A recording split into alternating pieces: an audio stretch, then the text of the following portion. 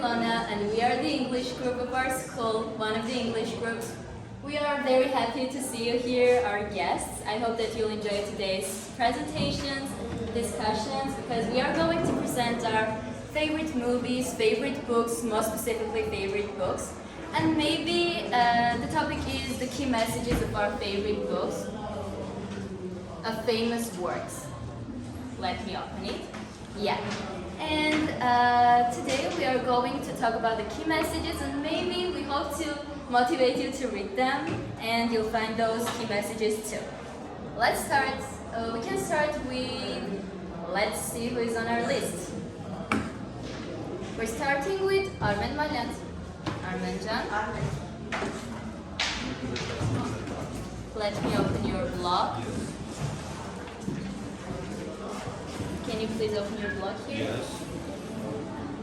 What is this life? Is life about only suffering?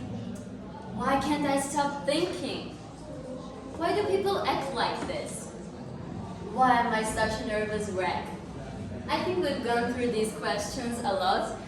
Specifically, as us teenagers are great overthinkers in our lives.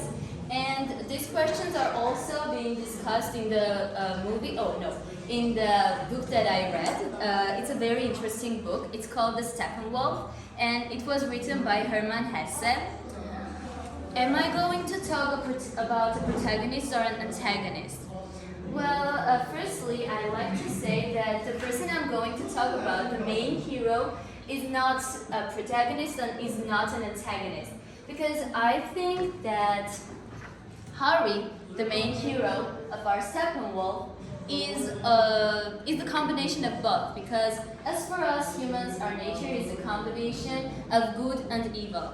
If there's a good, there's also evil, and if there's an evil, there's also good. And I think it's wrong to say that there's absolute good and bad in our lives. Please explain what protagonist and what antagonist mean. Yeah. Okay, the protagonist is the main hero of a book, a story, or a movie, and they have good intentions and they have good goals. They think that they have a purpose in that book, and they do everything so that that they make it in the end. An antagonist is the evil of the book. For example, you'll see those examples of protagonists and antagonists during our presentations.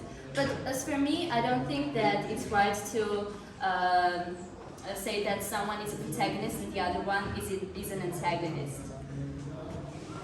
Hence, there is no specific or absolute positive and negative side. That's it. Let's talk about Harry, the character, the main character. He is an independent person, complex way of thinking. You already noticed that because I told you the questions that he asked himself. Why am I such a nervous wreck? What is this life? We ask ourselves, what is life constantly? Uncanny personality in others' opinion, because you may have noticed people in our societies that they have uncanny personalities, like we can't understand them, but actually they are very interesting, and we think deeply, we'll understand them. Great reader. Oh, he was such a great reader. He read books and he was into philosophy, and he was very interesting. And prone to contemplating ideas.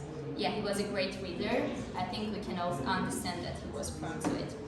I'm going to tell you some quotes from the book that I really liked, and we can discuss them together. For example, one is, like, there are people who are inclined to sweating even during a slight illness. There are characters whom we call suicidal. They are highly sensitive and always easily impressed, and even a little shock, they give themselves to the idea of suicide. Most men will not swim before they are able to. Is that not witty? Naturally, they won't swim. And they are born for the solid earth, not for the water. And naturally, they won't think. They are made for life, not for thought. It's very interesting to put thinking and life on opposite directions. If you think that you won't enjoy life, that was the idea that he was trying to get to us. Why is this novel called Steppenwolf? Yeah? Why is this novel called Steppenwolf? Yeah, this novel was, let me open the slide. See, this novel, So she's going to explain. yeah, this novel is called The Steppenwolf because Harry thought that he had two selves in himself. He was half a person and half a wolf. And he also discusses this topic and tells that someone who divides himself or herself into two and more characters, then that person is very smart because we have so many selves in ourselves and we are not only one person. That's why he thought that he is half a wolf and half a person, and I actually share his idea. Do you? Share? No? No? Okay. I don't share it, but the rest of the story. Okay. So was Harry a Steppenwolf or was he like an angel? Was he a Steppenwolf and was he a sorry? Or was he an angel? Was he an angel or Angel. an angel? Oh, he was the combination. And I don't think someone is an angel and someone is a devil. Because we are the combination of both. No one is good and no one is evil. No one is absolutely kind and no one is absolutely evil. There are good and bad traits in everyone. Every piece of struggling reminds you of your high title. Therefore, pain is what you should be proud of. This is a very strong thing to say, and it strengthens our mindset. If you look at pain from different point of view, it will help us during life. I'm curious to see all the same just how much a man can endure. If the limit of what is bearable is reached, I have only to open the door to escape. And the last quote, and perhaps people who struggle with neurosis aren't only the weak people, but especially the strongest, the smartest, and the most talented ones. I'll leave it to your consideration and to your thinking. Now, there's a spoiler alert. If you don't want to hear this, please close your ears. Because I'm going to tell you... No, don't close now. I'm going to tell you the key message of this work and how should we live, how should we bear this thing called life. Now close your ears if you don't want to hear that. You can also sing a little bit so you don't hear it. And don't look at this. One day I'll learn to play this game better. One day I'll learn to laugh at pain. Pablo was waiting for me. Mozart was waiting for me. This was the end of the book, and the idea is that you shouldn't take things so seriously, and you should actually sometimes laugh at the pain. That's it. That's the message of this book. Thank you so much for your attention. Today I'm going to talk about Frankenstein. The hero of the book, you can't tell who was the protagonist and who was the antagonist because it depends on your opinion, really. I mean, the story is told by Victor Frankenstein, who later creates his monster. And now he is telling all of it to Walton, whom he met like some days ago just. And the whole book is like a conflict between the creature and human being. So at first we see that the monster says, for example, beware for I am powerful and therefore fearless and therefore powerful. Oh, sorry, therefore powerful. And at first this seems like a very selfish thing or something that can't be true. But actually, this monster grew up without the care or the love of other human beings, and he didn't have anything by his side because there were. He didn't have his own society, let's say, because there were no other monsters. And this led him to be like this. He was filled with rage. He was filled with the need of love, the need of care. And he couldn't get all of this because people would not accept him the way he was. And also, he understands everything when he finds out, sees his reflection in the lake, and understands that he is very ugly, and that's why people run away from him, and they don't accept him in their society. And even though at first he had good intentions, later these intentions turn to bad ones because he sees Victor's family and starts killing everyone that Victor loved. Because Victor created him, and then he was scared of the monster and left him. And because of this, he learned everything the hard way. He struggled a lot. He burned his finger to understand that fire can be dangerous and other things. So because of all of this, he was filled with all that emotions. And I think the key message of this work, this story, is to make people understand that, first of all, that science can go so far, and if we try to create something that is not human, that we can't control, it may be very dangerous. And that we can't make decisions that God would make. We can't imagine ourselves as gods. And even though Victor's monster imagined himself as Adam and imagined Victor as God, this is the way that we can understand that he thought of himself as a god too. And the second message, I think, is that sometimes even in our society, we can ignore some things, we can forget to take care of our people that we love, we can forget to tell them daily that we love them, that we care about them. And all of this can lead to pretty much the same thing, or it can lead to isolation, which Frankenstein's creature experienced.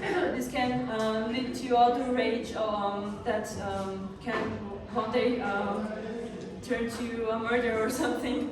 A crime. And I think that by reading this book, you can understand that there are people both like Victor Frankenstein and his creature, and we should be very attentive to understand who is who, and we should take care of them to have something between them, so that our society can live in a harmony, in a balanced life, let's say. And that's all. I'm actually dressed as Frida. So, ladies and gentlemen, the story I'm going to tell you is a weird one. So, the main character is Mr. Key. He is a surveyor who comes to village to work temporarily. He is invited by the castle to just work there. But this castle is divided by two parts. And these two parts are often unaware of each other's decisions, which often leads to misunderstandings. So, Mr. Key stays there for a while, but he does not find a job. And everyone denies that anyone ever called him to work there. And then he just goes around and does nothing all day, but thinking of how to get to castle. Then he falls in love with a beautiful girl named Frida, and they start living together and suffering because of each other's instability. And then he starts to think, obsessively, how to use the village of people to get to the castle, and even thinks about using Frida, which is pathetic to me. Then he just falls apart and goes home without his lover by accepting his fate. But he wanted to get to the castle because he wanted to belong somewhere, because he was alone and didn't actually have a home. So the key message of this story is that there is this castle in our lives that destroys us every day. Usually it is like an illusion or an unreal dream that we try to reach, but we can never reach it, but we would spend a whole life trying to achieve. And in conclusion, I say that if you want to learn more about Franz Kafka, then you can read my project about Kafka in my blog, because reading is selfish. Thank you for listening. You read books to blind children and you decided that the books were just plain boring, so he decided to write his own. And in fact, he didn't plan to publish the books. His friends eventually told him, come on, publish it, and he didn't publish it.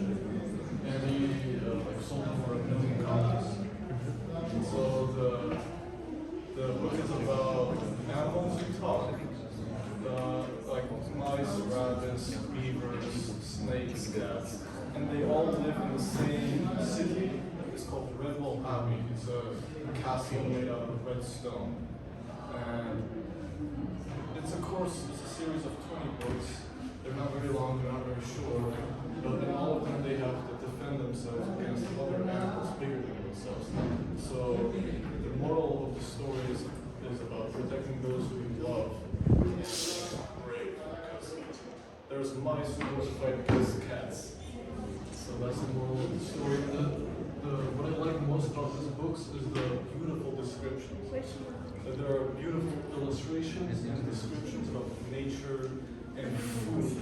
Like the way he describes mice eating grass and foods that don't exist, it always made me hungry. So if you're on a diet, I don't recommend reading the book because you read it and you get hungry.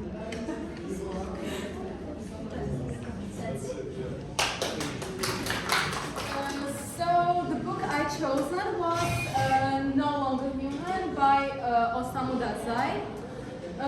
So I had a project to present a book of my choice, and I started to immediately think about an interesting book to take my audience's breath away, and eventually I understood that breathtaking is not quite my thing, as someone whose favorite books include Lord of the Flies, The Catcher in the Rye, The Woman in Dunes. Those are really monotonous books, so this is no exception. I've decided to pick this one.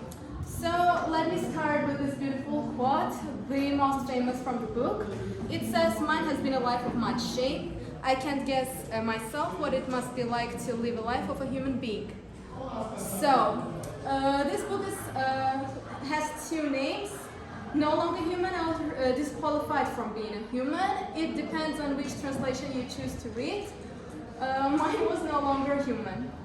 So this book is written in form of notebooks. It consists of 3 notebooks, and the third notebook consists of 2 parts. It goes from the early childhood of the main hero to him becoming a grown-up. And his early childhood takes the whole notebook number 1, then it goes from his teenhood to him becoming a young adult, which takes the second notebook. The first part of the first notebook is about him becoming a young man, and it goes till him becoming a grown-up in the last part of the notebook. Alright, so the whole book is about the main character, Obayozo. Beware, Japanese names are really weird. Alright, so we can even say that Yozo is the only character of the book, because all other characters don't have much, if any, importance, and they appear suddenly and go away suddenly without getting their time to develop. So, Yozo was not like everyone else, and from the first years of his life he struggled to understand, feel, and behave the way that, as he said, human beings did. So, all his life he pretended and usually showed himself as his complete opposite, someone really funny for others to make fun of him. But in truth, he was an anxious and fragile, overall tormented human being. And when he becomes a teenager, close to a young adult, he goes to art college and starts to live alone, and he meets his friend, Masao Horiki, with whom he usually goes to bars and gets drunk, and so he becomes an alcoholic. And even though he had this so-called friend, he could never trust another human being because he was too afraid of opening up and showing people his true nature, which he thought other human beings would count as a bad person. And as he said, for someone like myself, in whom the ability to trust others is so cracked and broken, that I am wretchedly timid and am forever trying to read the expressions on people's faces. So, Masao Horiki was not like him, and even though Yozo deeply despised his type of person, but he somehow got under the influence of his friends, and became reckless and always drunk like Horiki. And so, as he was popular among women, he used women to have money to live somewhere and to get drunk because he was short of money. And he lived in a room, he rented alone, and it was very difficult for him to live because he didn't have enough money. And so eventually in one of the bars he got drunk in, he met a woman who was a bit older than him, a waitress, and this woman caught his attention. They sooner became lovers, but in comparison to other women he was with, this woman really meant something for him because she was not like other women. She was just as damaged and broken as he was because she was divorced and her husband was in prison. So these two came up with a plan. It was not a good plan. They decided to commit a double suicide together via drowning themselves in the sea. But in result of this, the woman dies and Yozo stays alive, and it gets him even more, even deeper into his dark thoughts, and he starts to think himself as even worse. He becomes even more lonely, and he needed to face people's attention this time because now he could no longer clown around and pretend as someone he was not, because people knew how bad life was for him as he tried to commit suicide, and people often judged him for that. But Yozo didn't quite care. He could not understand people. He didn't think he could, but actually he could. And even though his self-esteem got lower and lower until he got to the point where he sank, but in the end of the book, a woman that knew him called him an angel, and she knew his true nature. So it shows us that sometimes we cannot understand ourselves as much as others can. And so as I said, the incident with the waitress, as this book was a semi-autobiography of the author Osamu Dazai, it was an incident that happened in his own life. And in this book you can understand that the plot is fictional, but all his emotions are true and are valid. So the main message of the book is that no one can judge people as harsh as the people themselves. So we should take time to understand them and help sometimes, because even the worst people among us may sometimes be the people who need help even more than we can imagine they do. And it is about it is hard sometimes for us to understand other people, to feel us as a part of the society, and we can sometimes dissociate us from human beings, but we are all humans. So this book describes the tragic life of the Osamu Dazai himself, the author, and because this book was so honest and it is a semi-autobiography, he wrote the most tragic incident of his life. This book became widely popular in Japan. It was the second most published book there, even though it is not quite popular here and in Europe, but it is in Japan.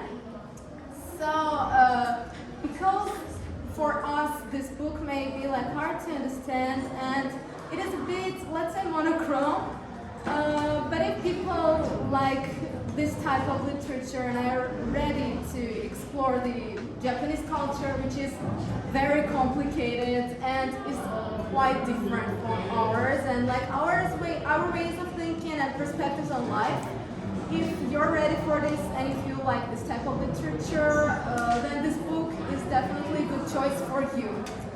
So you're welcome. Thank you. And I think it was breathtaking. I don't agree with you on that point. That is everything.